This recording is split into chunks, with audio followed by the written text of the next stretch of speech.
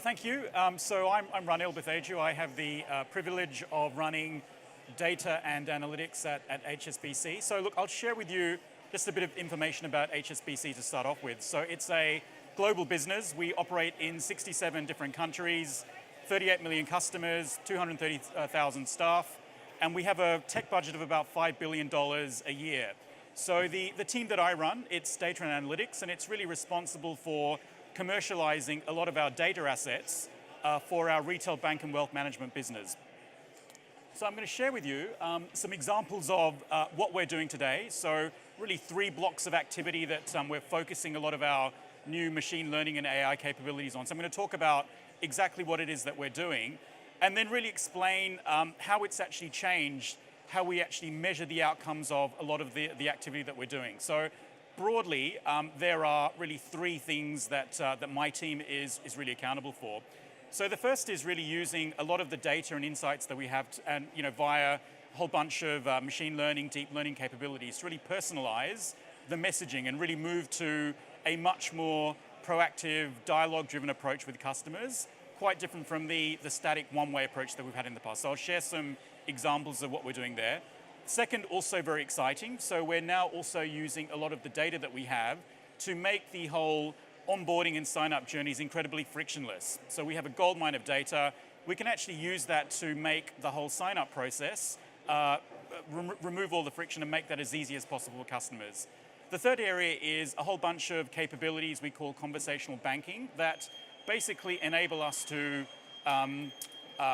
effectively alleviate a lot of the repetitive tasks of our front line and actually help our customers with some of the more simple tasks using chatbots. So I'll talk through all of those, and then I'll close up with how that's actually impacting how we measure the impact of machine learning and analytics.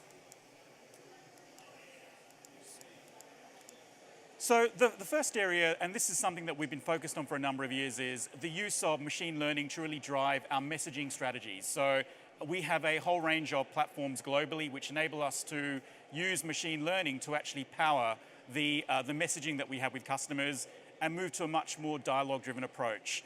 We use a range of techniques like collaborative filtering to really match offers with customers in a much more dynamic sense, deliver those to customers, and based on how the customers actually respond to those offers, we're able to recalibrate those in real time. So what that means is we can move to a much more rapid cycle time of testing new offers, testing new messages, testing new rewards deals, but actually learning about those in a much faster timescale, getting feedback from customers and actually dynamically changing those. So a pretty big shift for us in terms of the world of more of the driving a lot of the one-to-one comms. Another area that we've put a lot of focus on is really using analytics to make our journeys frictionless. So I've got a really good example of how we've used this in the insurance business. So think about a recent insurance product you've taken up. Typically, you have to fill out a fairly long form. You fill out the application form. You may need to actually then contact your bank or insurance provider, do further underwriting questions. You may even need to do a medical check.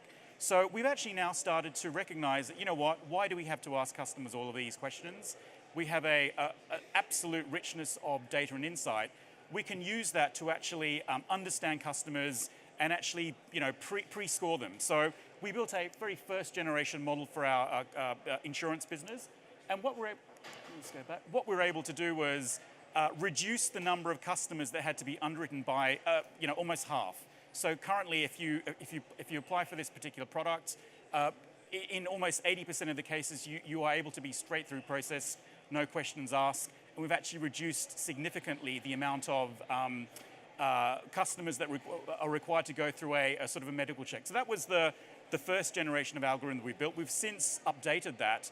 We now have algorithms that enable us to pre-score almost the entire base. So we have a simple life insurance product in one of our Asian markets where almost 80% of the customers will just get the product based on the insight and knowledge that we have about them. So it means that we can make the whole sign-up process incredibly frictionless and really reduce the amount of time the customers have to spend filling out fairly boring forms. The third area of focus, and this is something, again, reasonably nascent, but we've got some live examples is really the use of NLP, natural language processing, natural language generation capabilities to drive a lot of our chatbot capabilities. So we currently have in our Asian markets in China and in Singapore 2 examples. In China, we have a chatbot called Xiaofeng, and basically what that does is it enables our customers to answer or ask simple questions related to the credit card sign-up process. They get a sort of a response. We use the analytics to calibrate those responses quite regularly, but what it's meant is, again, a significant reduction in customers having to then contact us or call us to ask additional questions, or they can get their query resolved fairly instantaneously.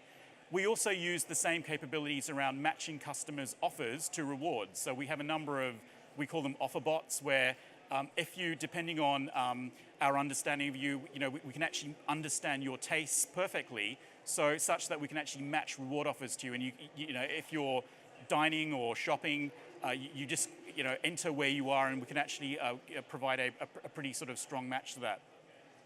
So where does that lead us, right? So I've shared 3 examples. So hold on. So where we are is we are now in a world where we have actually rolled out multiple messaging platforms, chatbots, conversational banking capabilities.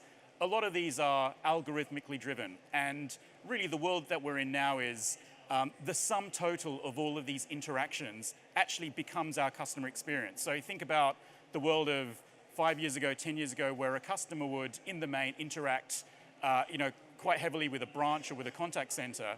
In this new world, the interactions are, across all of our touch points, very much driven by our machine learning algorithms, our deep learning capabilities, our chatbots, and effectively the sum total of that becomes actually becomes the customer experience. So what that's kind of made us realize is we need to think about communications in a very different way. So historically, my team would actually add up and measure all of the revenue outcomes of everything that we did, and we'd feel very proud that we could sum that up to a fairly big number, is close to $1 billion a year.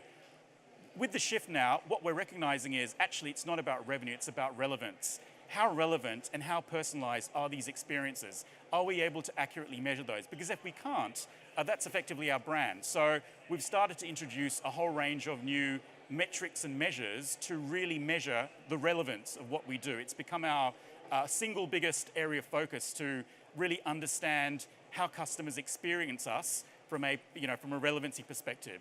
So to close out, what I wanted to really leave you with is this notion that in the world of machine learning driven interactions between banks like HSBC and customers, the ability to be really precise about the relevance of your interactions becomes absolutely critical.